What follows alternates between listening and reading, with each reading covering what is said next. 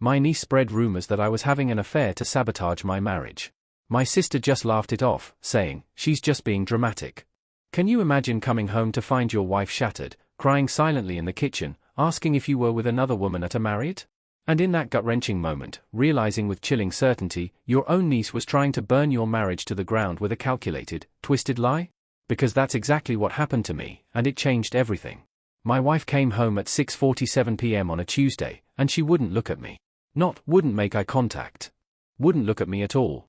She walked through the front door, set her purse on the counter, and stood in the kitchen with her arms crossed tight against her chest, tears running down her face in silent, devastating streams. "Rachel, what happened?" She shook her head, wouldn't answer, just stood there crying, staring at the floor tiles like they held some answer I couldn't see. I'd been married to this woman for 11 years. I knew her moods, her silences, the way she processed stress. This wasn't stress. This was devastation.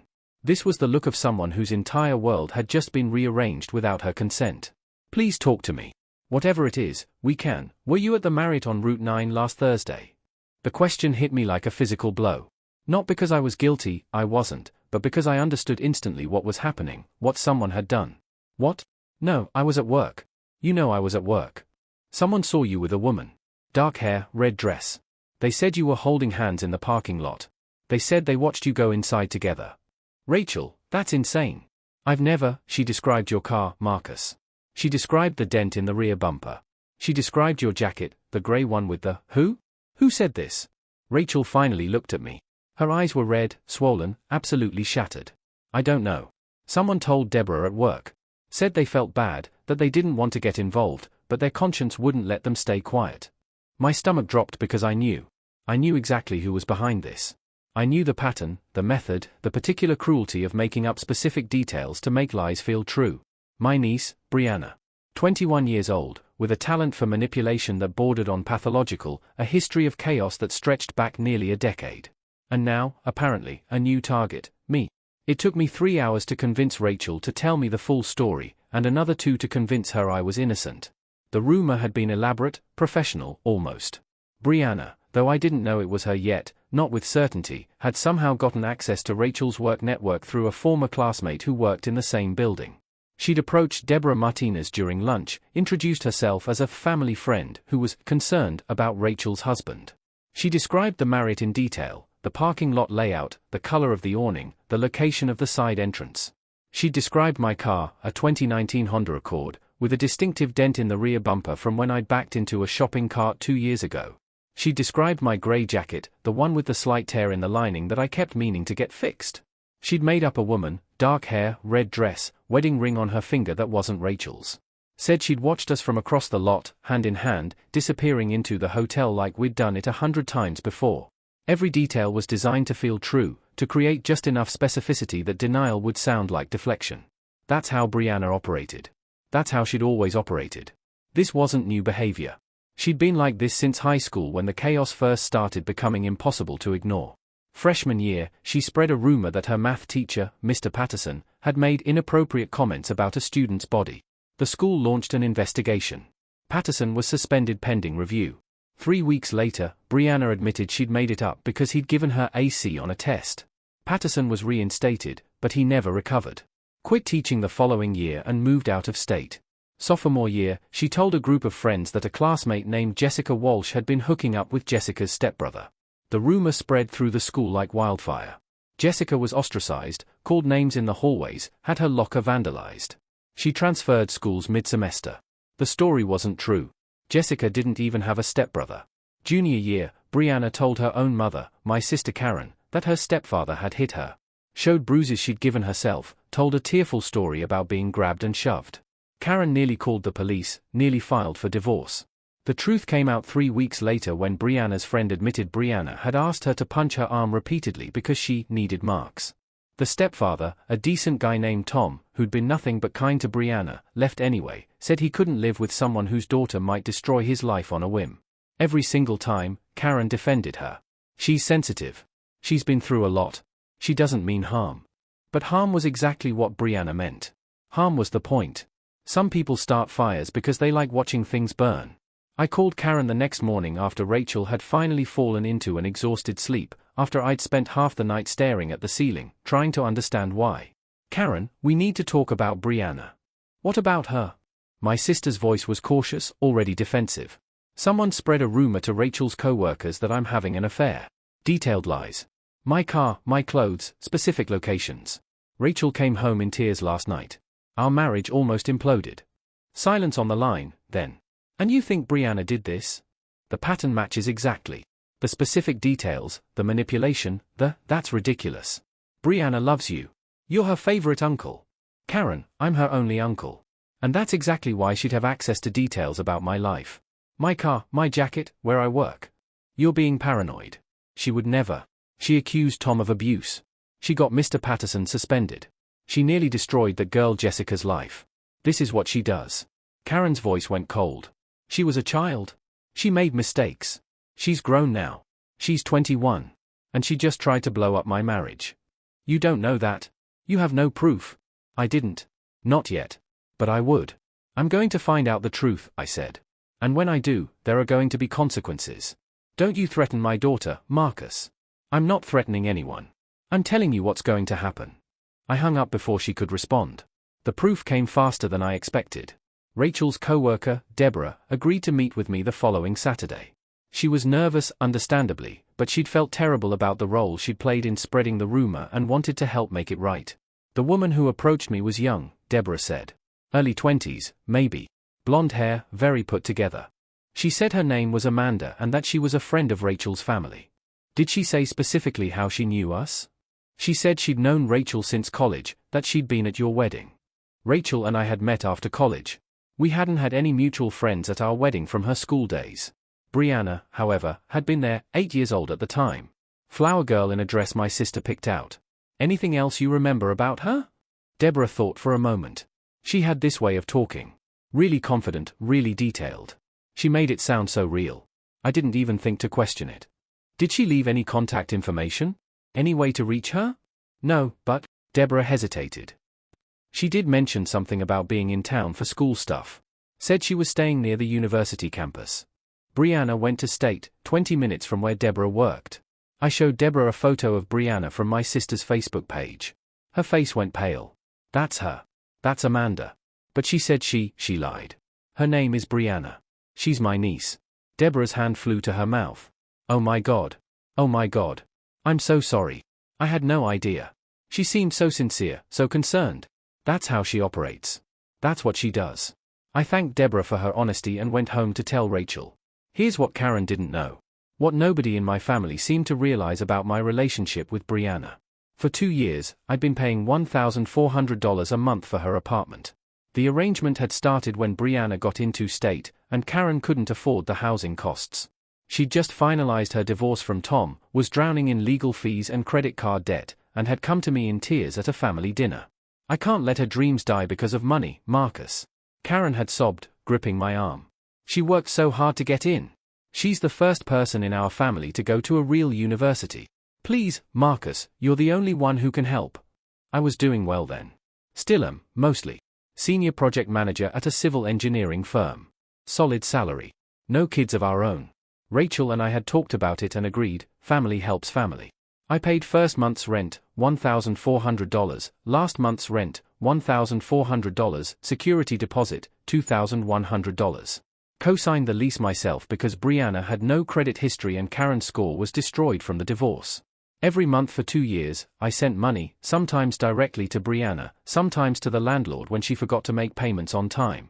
8 months ago, I'd started paying the landlord directly because Brianna had let the rent slip 3 months in a row, claiming she'd been busy with exams.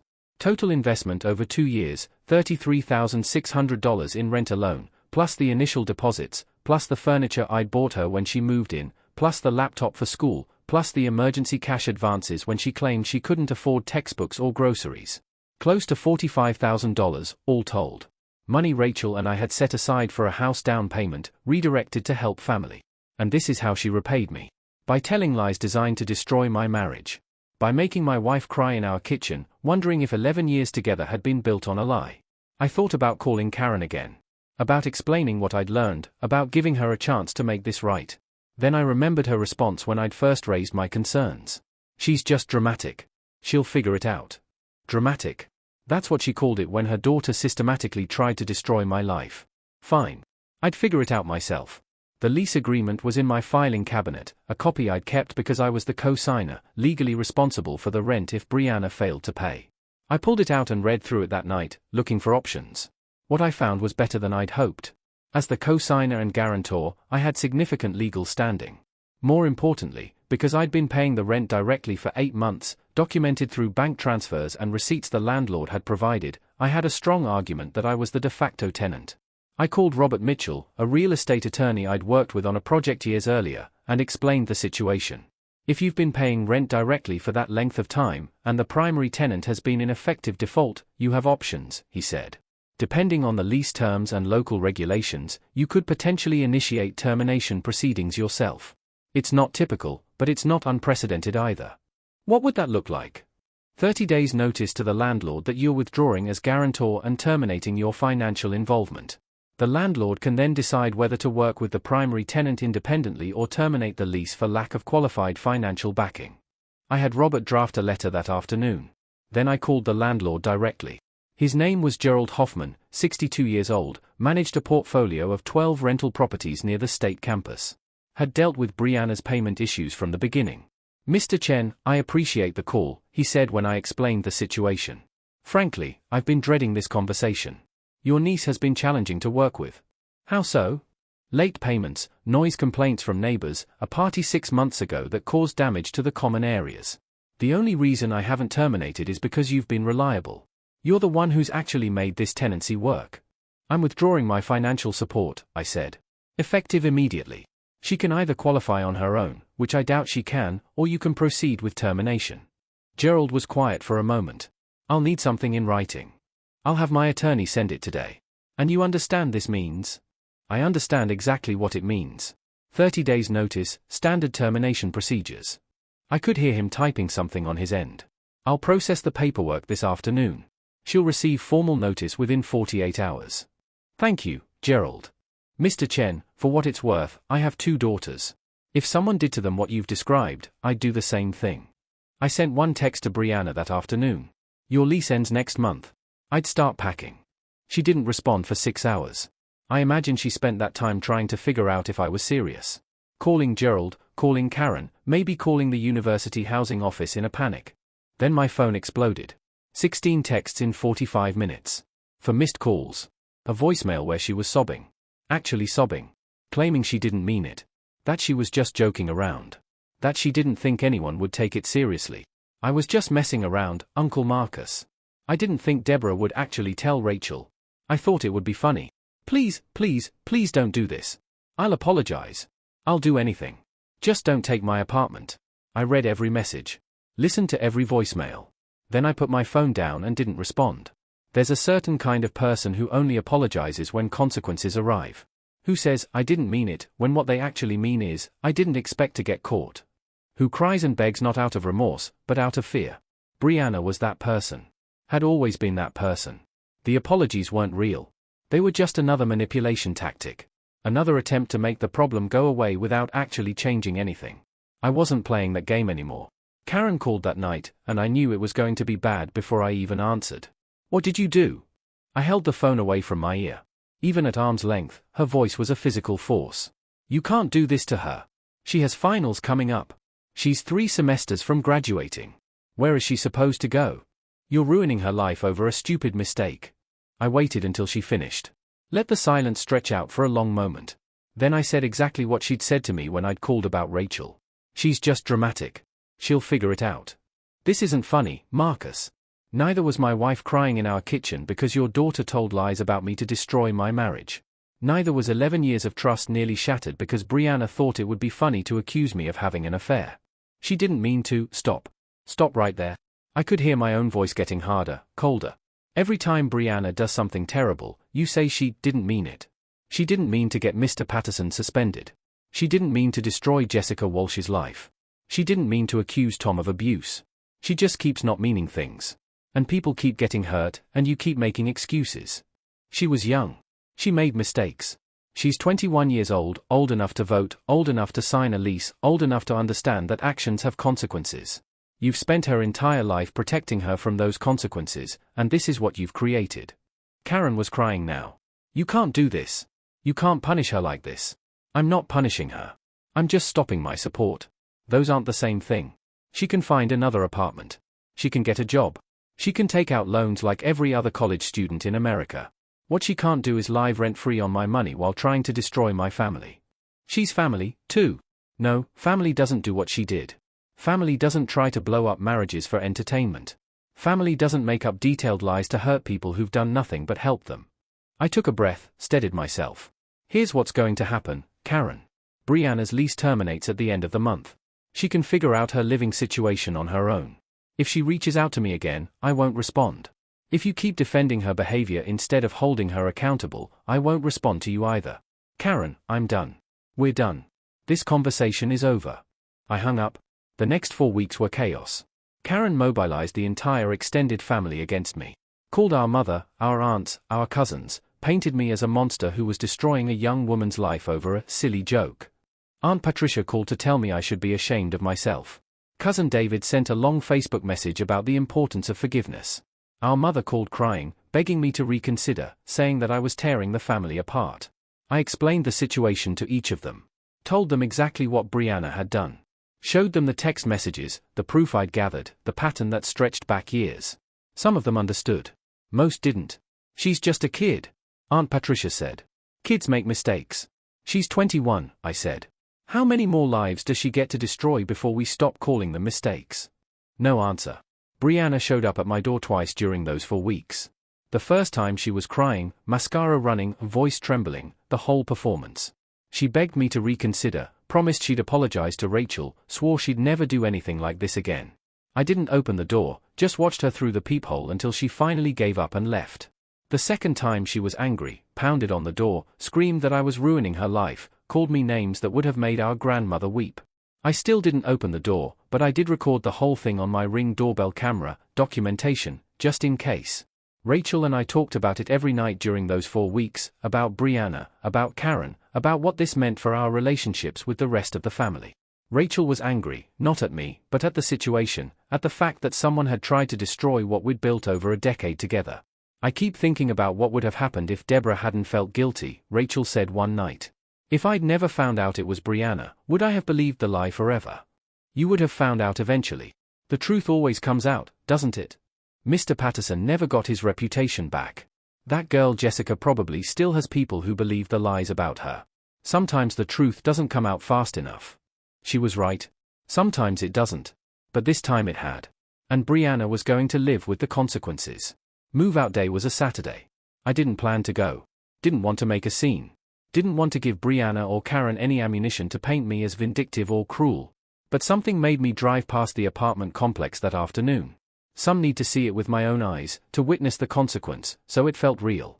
Brianna was in the parking lot loading garbage bags into the back of Karen's Camry. Her roommate, a girl named Lindsay, who I'd met once at a family gathering, was standing on the second-floor balcony, arms crossed, watching with an expression I couldn't quite read. Brianna looked exhausted, defeated, smaller than I remembered. She looked up as my car passed. For a second, we just stared at each other through the window. I saw recognition in her eyes, then something else. Anger, maybe, or shame, or some combination of the two. I didn't stop, didn't wave, didn't say anything. I just kept driving. Last I heard, Brianna's sleeping on Karen's couch. The apartment she'd had, the one I'd furnished, that I'd paid for, that had been her home for 2 years, went to someone else a week after she moved out. Gerald found new tenants almost immediately. College towns are like that. Brianna dropped 2 classes because she couldn't handle the commute from Karen's place, which is 45 minutes from campus.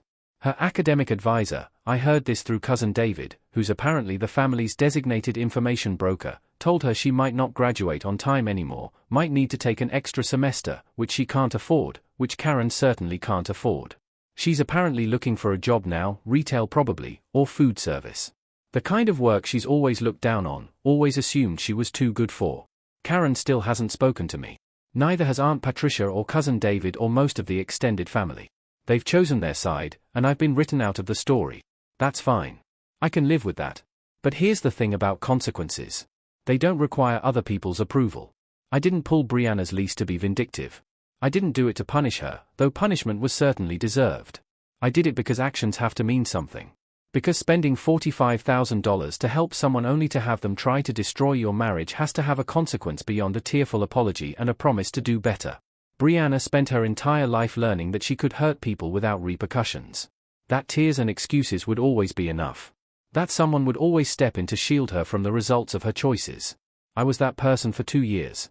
I funded her life while she built a resume of destruction, a teacher's career, a girl's reputation, a stepfather's family, and finally, my marriage. No more. The money stopped, the protection stopped, the consequences arrived.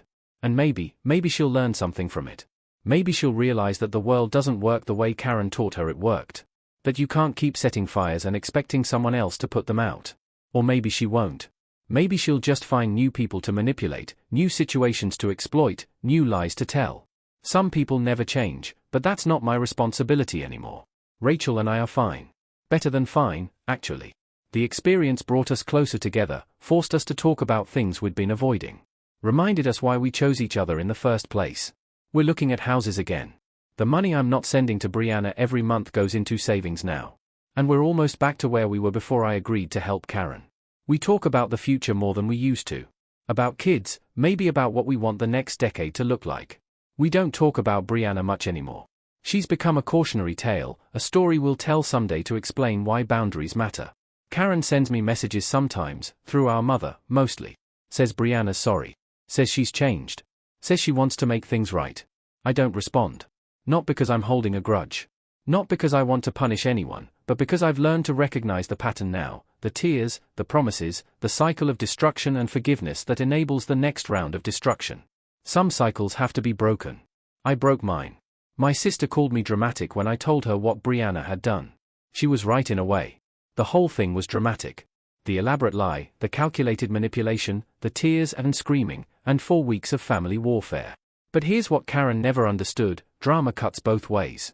Brianna thought she could create chaos without consequence. Thought the drama would always flow in one direction, outward toward the people she targeted, while she remained safely untouched at the center. She was wrong. I didn't fight her. Didn't argue or negotiate or try to convince anyone of anything. I just stopped participating. Withdrew my support. Let gravity do the rest. And now she's living the drama she created. Every day waking up on her mother's couch. Every day commuting 45 minutes to classes she can barely keep up with. Every day living with the consequences of thinking she could hurt people without cost. That's not revenge. That's just physics. So, what do you think? Was I too harsh? Or was this the only way to make someone like Brianna understand that actions have real consequences? Have you ever had to cut ties with a family member who just wouldn't stop causing chaos? I really want to know your thoughts and experiences in the comments below.